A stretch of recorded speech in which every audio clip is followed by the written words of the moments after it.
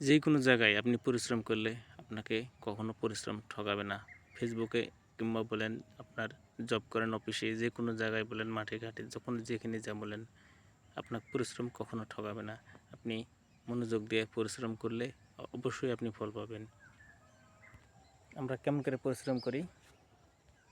আধা করে থুয়ে দিই, কিছু কাজ করতে করতে ওই জায়গায় স্তবভাগে থুয়ে দিই।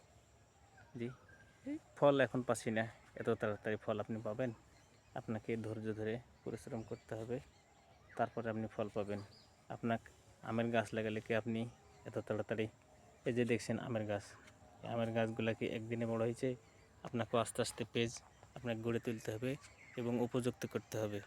আমি যেমনি এত কষ্ট করে দেখেন কত দূর আসছি কন্টেন্ট বানানোর জন্য, ভিডিও বানানোর জন্য, এবং ভাইরাল হওয়ার আশায়, ভাইরাল হলে আমি ইনকাম করতে পারবো সে আশায় আমরা কত দূর আসছি কন্টেন্ট বানাতে। এই যে একটা বলতে লাগাতে দিলাম, আমের গাছ আপনি লাগালেন, 1 বছর 2 বছর লাগবে, তারপরে আপনার ফল পাবেন। আপনি আজ আমি পেজ খুলবো, আজ খুলে আপনি কি আমি কি আজই ফল পাবো? আপনাকে ধৈর্য ধরে পরিশ্রম করতে হবে, তারপরে আমি ফল পাবো। এই যে আমি কাজ করছি, আপনি কাজ করছেন কিসের আশায়? পরিশ্রম এবং সফলতার আশায়, তাই না? সেইভাবে পরিশ্রম করে যান মনের মতন করে। ফেসবুক আপনাকে কখনো ঠকাবে না। যেমনি আপনি গৃহস্থের যদি কাজ করেন, যে কোনো জব করলে আপনার বেতন অবশ্যই দেবে, তাই সেখানে আপনি এখানে ধৈর্য ধরে লেগে থাকুন। আশার লোভেই তো মানুষ খাটে, তাই না?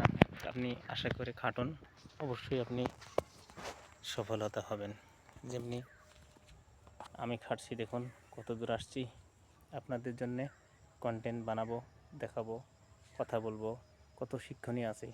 ভিডিও দেখলে মানুষ শিখে, যেমনি আমিও ভিডিও দেখি শিখি, সেমনি আমরা সবাই দেখলেই শিখতে পারবো, তাই না?